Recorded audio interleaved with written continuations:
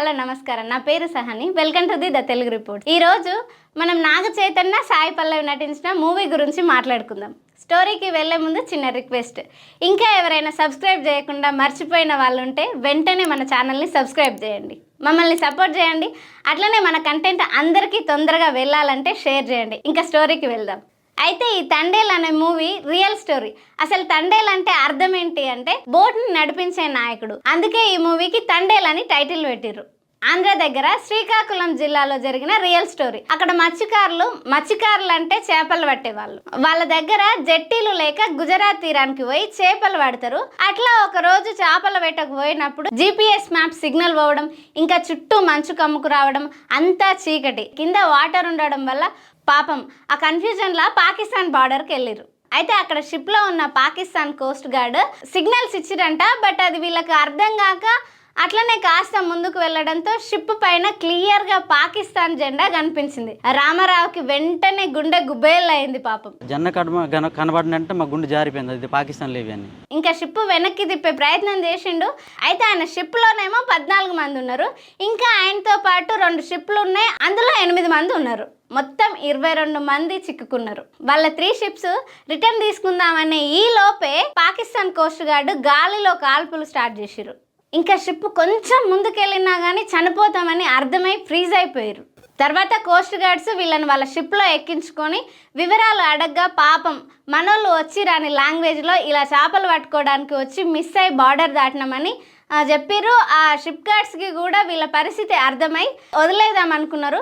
కానీ మన ఇండియాకి పాకిస్తాన్కి మధ్య వార్ గురించి వీళ్ళకి తెలుసు కాబట్టి ఓన్ డెసిషన్ తీసుకోవడం కరెక్ట్ కాదని వాళ్ళ పై ఆఫీసర్స్కి కాల్ చేసి చెప్తే వాళ్ళని వదలొద్దు, వాళ్ళని పాకిస్తాన్కి తీసుకురండి అని ఆర్డర్స్ ఇచ్చేసరికి పాకిస్తాన్ దగ్గరికి తీసుకెళ్ళిరు. అక్కడ కరాచీ జైల్లో వేసిరు.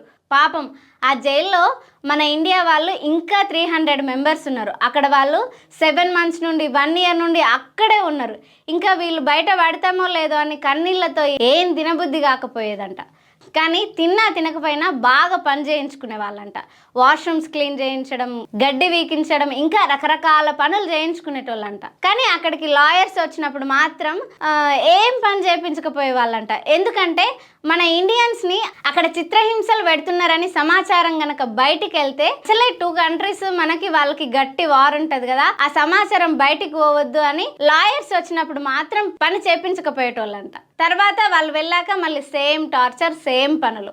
అయితే ఈ పాకిస్తాన్ జైల్లో ఇరుక్కున్న మనోళ్లకు అసలు ఇంట్లో వాళ్ళకి మనం పాకిస్తాన్ జైల్లో ఉన్నామని తెలుసో లేదో అని ఆలోచిస్తూ చాలా కుంగిపోయే వాళ్ళంట. అయితే పక్కన వాళ్ళు 1 year నుండి అక్కడే ఉన్న వాళ్ళని చూసి మేము బయటికి పోతామో లేదో, కనీసం మా శవాలైనా ఇంటికి పోతాయో లేదో అని చాలా నరకం అనుభవించేటోళ్ళంట. కానీ వాళ్ళు కాస్త ఊరట పొందే విషయం ఏంటంటే లెటర్స్ పంపించుకోవచ్చు.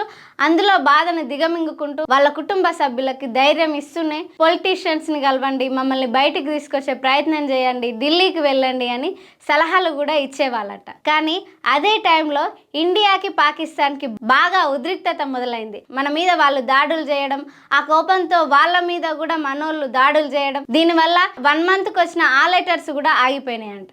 ఇక్కడ మనం చెప్పుకోవాల్సింది ఏంటంటే రామారావు భార్య ఆ టైంలో 7 months గర్భిణి. కానీ తన భర్తను దక్కించుకోవడం కోసం ఆమె పోరాటం ఎక్కడ ఆపలేదు.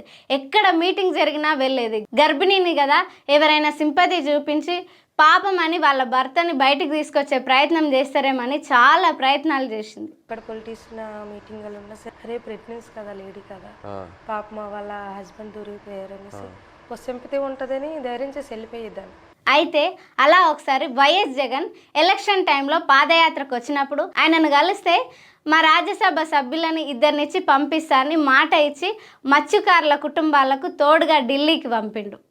ఖచ్చితంగా మా రాజ్యసభ సభ్యులను 2 ఇచ్చి కేంద్ర మంత్రి దగ్గరికి వాళ్ళు వెళ్ళి మన వాళ్ళను మళ్ళీ వెనక్కి తిరిగి తీసుకొచ్చేట్టుగా చేస్తామని చెప్పి హామీ ఇస్తా ఉన్నా. ఆ టైంలో రామారావు భార్య 27 days బేబీని ఇంట్లో వదిలిపెట్టి అక్కడికి వెళ్ళింది.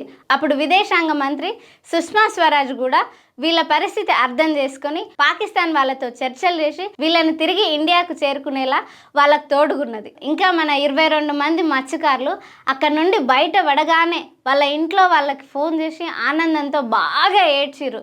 అంటే ఆనంద బాష్పాలు. అసలు బయటికి వస్తామో లేదో అని ఉన్న వాళ్ళని వాళ్ళ ఇంట్లో ఆడవాళ్ళు పట్టు వదలకుండా అన్ని ప్రయత్నాలు చేసి తిరిగి వాళ్ళని సాధించుకున్నారు. కానీ ఇక్కడ మనం గమనించాల్సిన విషయం ఏంటంటే వాళ్ళు ఎలా బయటపడ్డారో అని వాళ్ళ లైఫ్ స్టోరీ తీసినప్పుడు వాళ్ళు పాకిస్తాన్ నుండి మన ఇండియాకి రావడానికి కారణమైన జగన్ గురించి ఎక్కడా చూపించలేదు. మూవీ ప్రమోషన్స్లో కూడా జగన్ పేరు తీయొద్దని ఆ మూవీ ప్రొడ్యూసర్ అల్లు అరవింద్ చెప్పిండని వార్తలు వస్తున్నాయి. సినిమాలో రాజకీయ టాపిక్ తేవద్దన్నారండి, నేను ఎందుకో నోరు మూసుకొని ఉన్నాను. ఆ మూవీ ప్రొడ్యూసరు సుష్మా స్వరాజ్ లేదని వాళ్ళ కూతుర్ని కలిసి థ్యాంక్స్ చెప్పిండు కానీ జగన్ని మాత్రం కలవలేదు. ఆయన మూవీలో కూడా ఎక్కడ చూపించలేదు. దీనివల్ల జగన్ కార్యకర్తలు, అభిమానులు అందరూ అసంతృప్తి వ్యక్తం చేస్తుంటారు. For more interesting updates please do subscribe the Telugu report channel. Thank you. ఈరోజు తెరమ సినిమా చూపించారంత కారణం ఏంటి? మా జగన్ అన్నదే రియల్ హీరో అంటే మా జగన్ వల్ల వచ్చాము ఇక్కడికి.